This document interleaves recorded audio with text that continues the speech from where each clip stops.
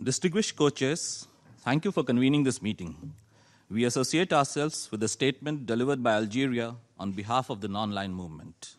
Co-chairs, the revitalization of the General Assembly has been assuming growing significance in recent years. This is because it is widely perceived that the General Assembly has not fully lived up to its mandated role as the chief deliberative, policy-making, and representative organ of the United Nations. There is also a growing perception that the General Assembly is increasingly involved with processes rather than demonstration of initiative and leadership in setting the global agenda. Co-chairs, the primacy of the General Assembly, as we all know, flows from the universality of its membership and the principle of sovereign equality of all its members. No other multilateral or intergovernmental body can match the credibility and legitimacy of the General Assembly. The success of the UN system rests, in large measure, on the effectiveness of the General Assembly in addressing issues and challenges of global importance. The role and authority of the General Assembly must also be viewed in the context of the Charter-mandated functions of various organs of the UN.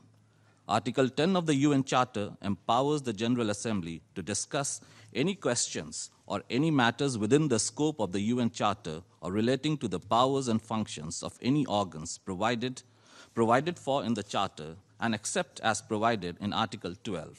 It can also make recommendations to the members of the United Nations or to the Security Council or to both on any such questions or matters. Co-chairs, we believe that the remedial measures would only be half complete in the absence of serious introspection on what the General Assembly itself can do to mitigate the situation.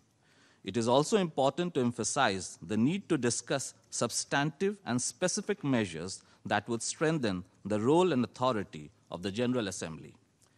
In our collective quest for a revitalized General Assembly, it is of critical importance that the member states display the political will to take concrete measures to reinforce the role and authority of General Assembly.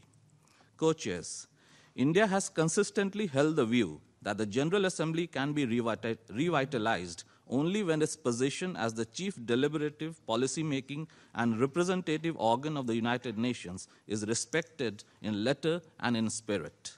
The General Assembly must lead in setting the global agenda and restoring the centrality of the United Nations in formulating multilateral approaches to resolving transnational issues. Co-chairs, the Indian delegation actively participated in the revitalization debate during the previous session.